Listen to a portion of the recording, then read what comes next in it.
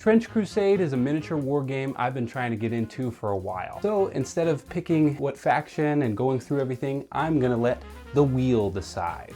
And I'm also going to be having it decide the colors and the basing style. So let's get into it.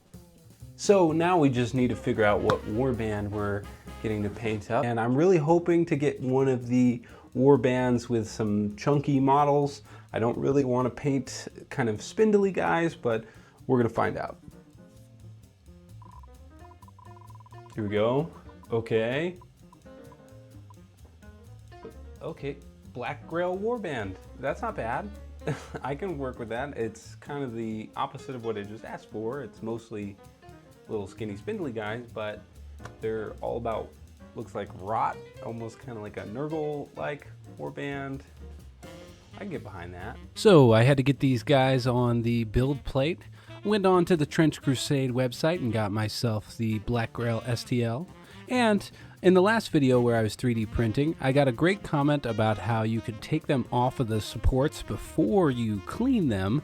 So I tried this out this time, and I gotta say, it was a lot easier. I really appreciate all the tips. Thanks again. So now I'm just gonna put together the very few ones we have that just need to have their pieces thrown together. So for this, since they're resin, I can use a little super glue and have it knocked out pretty quick. At least I'm hoping it gets knocked out pretty quick. Okay. And then I have seen the comments. I am working hard to try and use less glue. So thank you. I really appreciate all of the tips because I'm still very new to the wargaming hobby, despite going pretty buck wild with how often I'm hobbying. Somehow I lost the sword, so we're gonna improvise a little later. And I also somehow lost their heads, but somewhere between the printing plate and my hobby desk. So now, to find heads and weapons, we're gonna pull out the jars of limbs I keep in my hobby desk. I have multiples of these. These ones are weapons, so I'm hoping we get like a good sword in here. Okay. This guy's got this shield. We need kind of like a sword that we can maybe, aha, this guy's got a little one of these situations. That doesn't look bad. That almost looks like it belongs there, right? We need some heads. Okay. We got a skeleton head right here. That'll take, that's not bad. I think we got a good plan coming together. Then all we had to do was get it thrown into the priming station. I hit it with my favorite Vallejo black primer, and then a nice Army Painter matte white, just so we have a good zenithal that we can follow, because if our colors are going to be random, we at least need a little help with the shadows. Now that these guys are primed, we just need to have the wheel pick us a color. So here we go.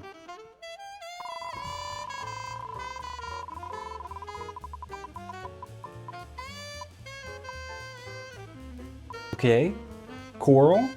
I'm not even sure if I have a coral, so I'm gonna try and find the closest thing I can.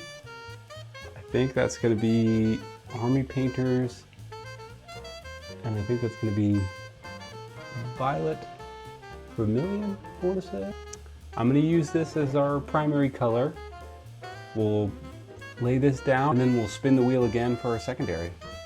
So I busted out the wet palette and just started laying down my layers, trying to get as much coverage as possible. I'm still getting used to using non-contrast paint, as I really enjoy the way contrast paint kind of gets into all the pores and details, because I'm not a very talented painter yet. But I am all about trying to learn and get better, so I'm going to be attempting to use some of this acrylic paint.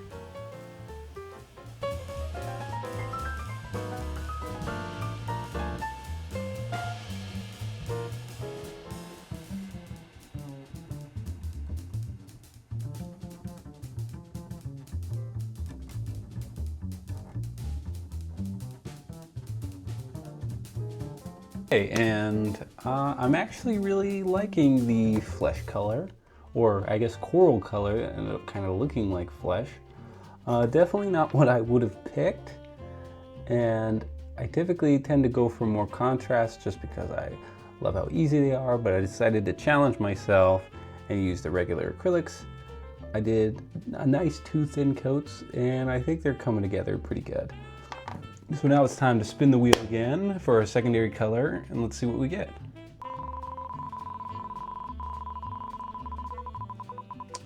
I'm hoping to get one that is complementary to this coral, so I guess we'll see.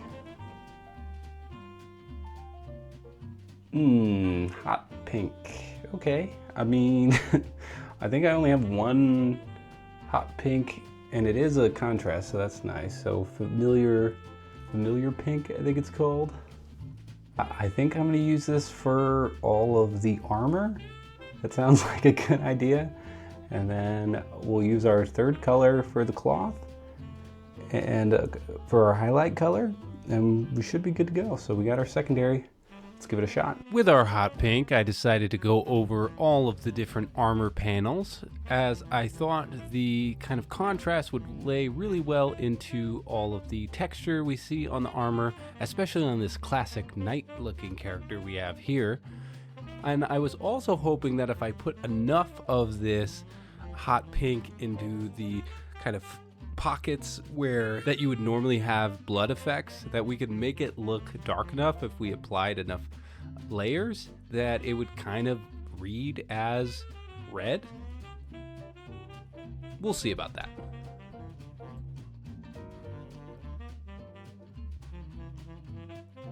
Okay, so these guys are kind of coming along, but they are ugly.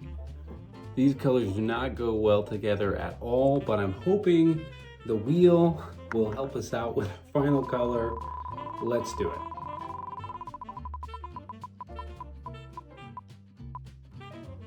Deep blue, I'll take it. At least it will be not on the red spectrum, so it's a little bit of contrast going on, and maybe I can even thin down into a wash and get into some of these coral looking more like peach skin areas, and hopefully create some more shadows.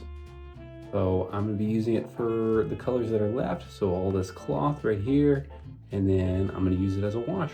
So after that, it's just going to be adding technical, and then we'll get the base. And for the deep blue color, I think the one that, to me, that fit that description the best was the Army Painter Tidal Wave. So I'm using this for all of the cloth sections, and I'm also going to be thinning it very small into a wash to get all the skin.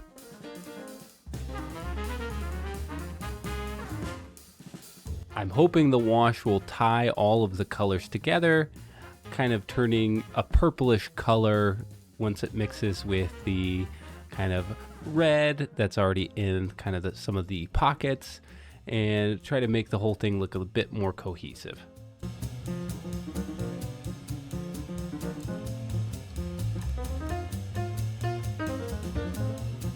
And just like I thought, the blue actually helped save a lot of this. I'm really digging the contrast. These guys are Trench Crusade Vaporwave now, which I kind of dig. Okay, now we just need to spin for the basing, and I'm gonna call these guys done. Let's go ahead and roll it. Okay, I can do a snowy kind of base. I got some stuff for that. I don't know how those elements are going to go together, but I'm interested to try. So I'm going to be hitting these guys with a little white primer first. This is going to kind of give us that nice little pre-snow, at least that's what I'm going for with it. Then on top I add a light blue just to add a nice ice color. And then it's time to move these guys back over to the painting desk and start laying down some texture. So the first thing I do is I get some basing glue, and I kind of do what I call a hot dog drizzle on top, and then I absolutely cover it with texture snow. Once that's done, I add a little bit of the Games Workshop Avalanche texture and a few blue tufts, and this base is ready to go. So, without further ado, here is our Trench Crusade warband.